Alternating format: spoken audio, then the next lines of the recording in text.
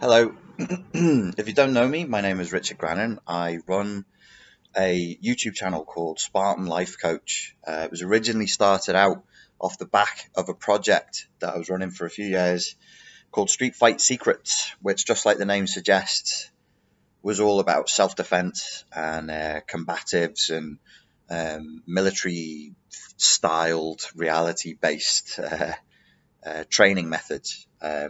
Which I'm still interested in now, but I don't do as much of.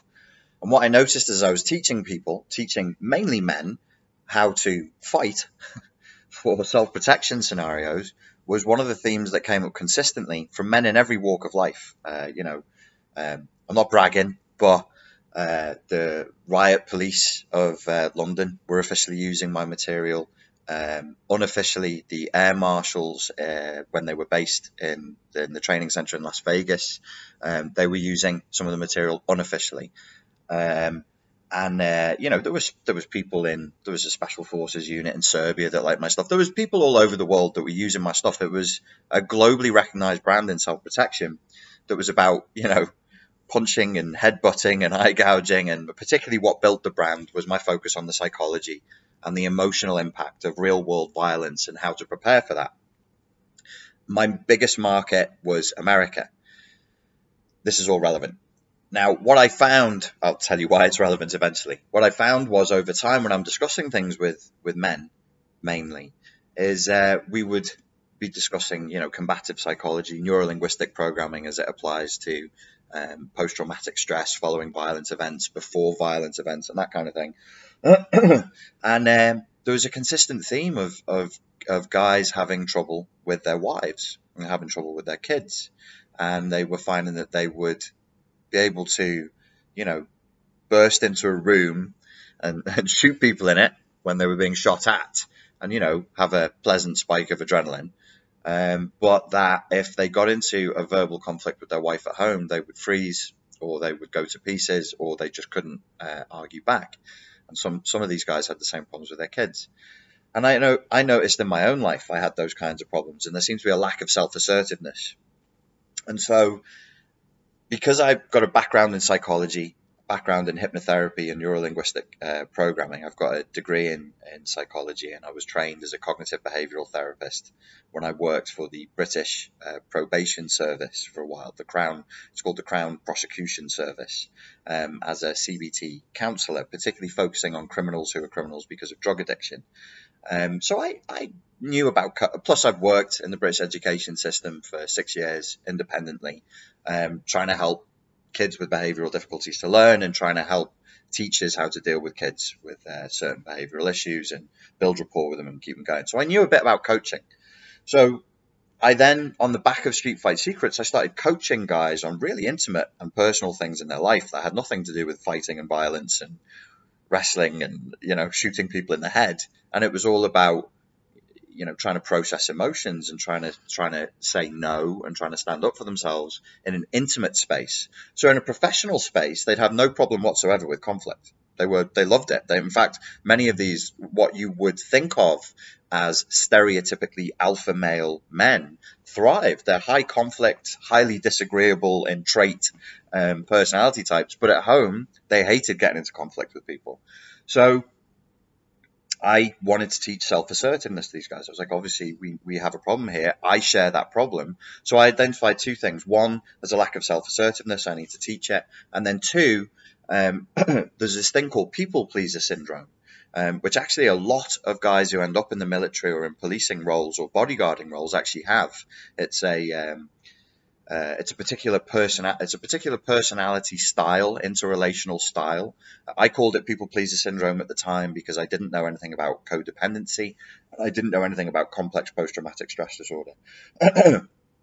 So I started that channel in 2012. Street Fight Secrets, the YouTube channel, was started in 2006. It got killed. I was banned from YouTube because the material was said to be too violent, even though at that time there were actual real life beheadings on YouTube. There were video clips of, albeit false, torture scenes, but torture scenes nonetheless from graphic, and there still are on YouTube, you know, scenes of people being flayed alive, boiled alive, you know, ripped to pieces. But my material was too violent, so YouTube banned me completely. I was one of the first branded channels on YouTube. I was one of the first YouTube partners because in 2000, I don't know if it was 2006, whatever the early days of YouTube were, probably was 2006. It was a long time ago. It just wasn't that densely populated, and there wasn't that many people on there doing self-defense videos. But never, and I had an account in good standing with them. I had a good relationship with them, but the wind changed, and suddenly it was like, you can't teach people how to defend themselves. It's too violent. And I was like, all right then, guys, fine. So I got banned. So in 2011, I created the Spartan. 2012, I think it was. I created the Spartan Life Coach channel, and that was specifically to teach men how to get over people pleaser syndrome and to be more self-assertive.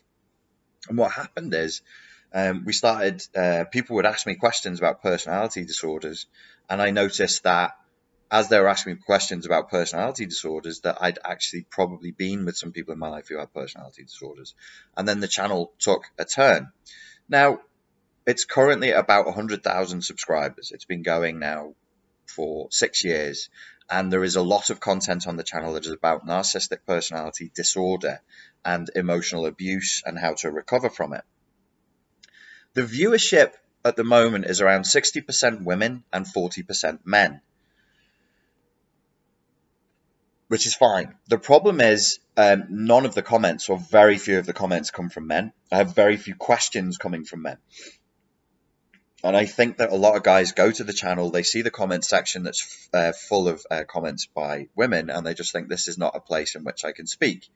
Plus, there is a lot of shame around the issue of being the victim of emotional abuse in a relationship. I know I'm still feel shame for the fact that I went through that. I was recently talking to Anthony Johnson of 21 Studios, who has a video that's gone viral called Marrying Medusa, where he describes in detail his relationship with what I believe to be a full dark triad, full spectrum, histrionic, borderline, narcissistic psychopath, and saying, you know, I haven't told my story or stories. There would be 2 stories online because of the shame that goes with that. So I wanted to create a space online that men would feel it was their space and it was the right place for them to go to with questions, where they can ask questions anonymously, which is one of the great things that YouTube offers us, is the chance to interact but remain completely anonymous, and where they would feel welcome to express how they feel about emotional abuse, being the victim of emotional abuse. And particularly one of the things that I want to discuss that I think coincides with a lot of the sort of men's movement online at the moment, is that within a narcissistically abusive relationship of a man with a woman, she will gaslight him. She will alter his perceptions of reality. She will try to hypernormalize abusive patterns of behavior and beliefs within the relationship so that he thinks it's normal. And that's called gaslighting. But there is also something called secondary gaslighting. It's a term that I created for the effect of going to your family and friends and asking for help, and them just not believing you or telling you to man the fuck up, stop being such a pussy. How could a woman possibly be doing that to you? That's just not how it works. Emotional abuse is something men do to women, and so on and so forth. That's secondary gaslighting. Tertiary gaslighting is a term that I created for when you actually then go outside of your tribe, outside of family and friends, and then ask for help from professionals, from therapists, from counselors, from life coaches.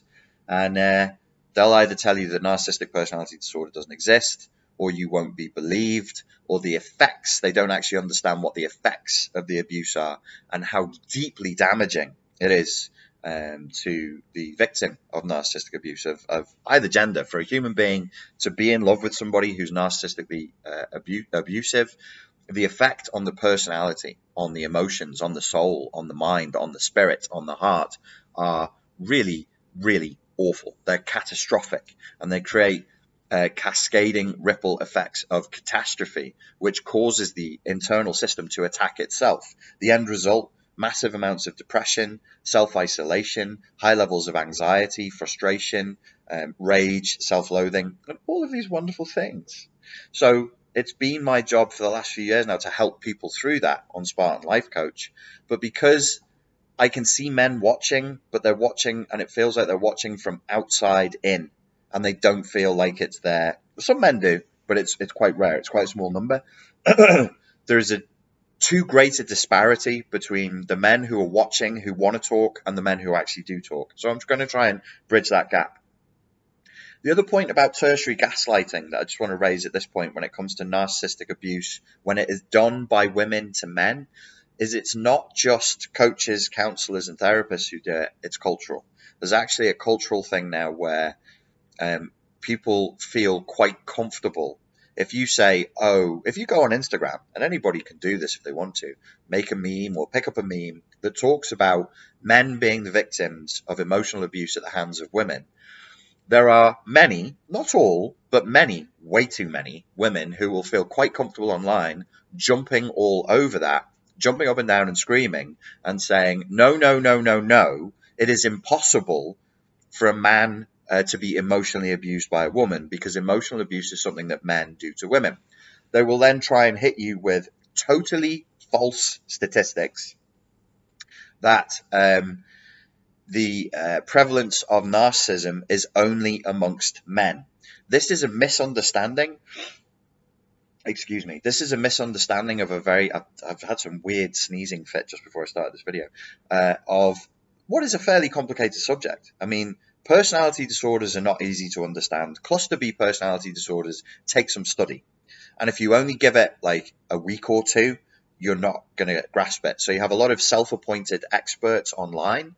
They've never been formally trained in the processes of psychological research, and they've never been trained in any scientific method whatsoever, and they fucking don't know how to read research papers. But they'll spew research at you that they haven't read.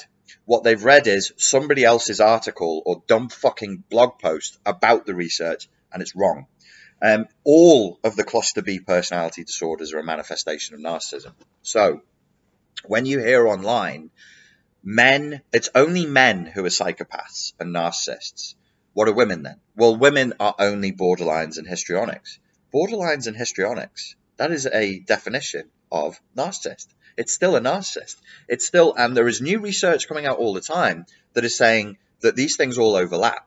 So they call it shy narcissism or vulnerable narcissism. Actually, that's borderline personality disorder. There's new research that's just come out in the last year saying many women who've been diagnosed as borderlines actually were psychopaths. But because there is this, there's a implicit sexism within therapy, within psychotherapy, within the Institute of Psychiatry. So when the psychiatrist, whether they be male or female, sits down in front of a male client, they look for psychopathy and narcissism. If they sit down in front of a female client, they look for histrionic and borderline personality disorder. In some senses, I'm not going to get big into it now because it'll put people off. It's a bit too technical. But these descriptions of the different personality disorders may only be descriptions of strategies, possibly. We don't know. And there's no blood test for it. There's no neurotransmitter test for it. There's nothing. There's nothing we can say that goes, well, we definitively know this person is a psychopath. All we can do is look at traits, patterns of behavior, and see if it matches a pre-fit model. But if you look at the personality disorders in terms of strategies, it really is all the same thing. For example, to describe somebody as a histrionic, a woman is a histrionic. What does that mean? She's predominantly using her sexuality to garner narcissistic supply. That woman is a borderline. What does that mean? Well, she shows an ostentatious amount of vulnerability. She's extremely emotionally labile. And instead of being all arrogant and in control, like an overt narcissist would be, she is the perpetual victim. She cries a lot. She apologizes a lot, where an overt narcissist wouldn't. The uninitiated and the naive go, oh, they're different personality disorders. This one never apologizes. This one's constantly apologizing. This one loves itself. This one hates itself. No, it's the same thing. It's just a different strategy. If the narcissist is in a position of power where they can acquire narcissistic supply easily, then they will display as an overt, grandiose, or classical narcissist. If they cannot secure it and they're very insecure about themselves, then they will show up looking like a borderline. So I would like to make men feel comfortable, to have a space where I'm sure women will come to this YouTube channel as well, but I'm going to keep saying, look, the Spartan Life Coach it's not designed for women, it was designed for men, but kind of more women came there than men did, and that's the way it's gone, and I'm totally happy with that. But this is a space that's predominantly for men. So when I'm answering questions, there are already women watching this. If I'm answering questions and you want to ask questions, if it's about you in relation to a male abuser, you can ask me on Spartan Life Coach. If you want to ask questions here, then you need to be asking me questions about your sons, your brothers, your fathers, a man in your life, because this is what this space will be. Okay, that's it. That's what I'm doing here. And if you have any suggestions or questions, feel free to hit me up with them. I'm going to try and tell the truth. I'm going to try and give you good information that helps you to protect yourself so you don't get into relationships with people who are cluster B, narcissists or narcissistic or psychopathic. And I'm also going to try and help people to recover when they have been suckered in and poisoned by somebody like that. Thank you very much for your time and for your attention. And if you've got any questions, just feel free to post them in the comments below. Thank you.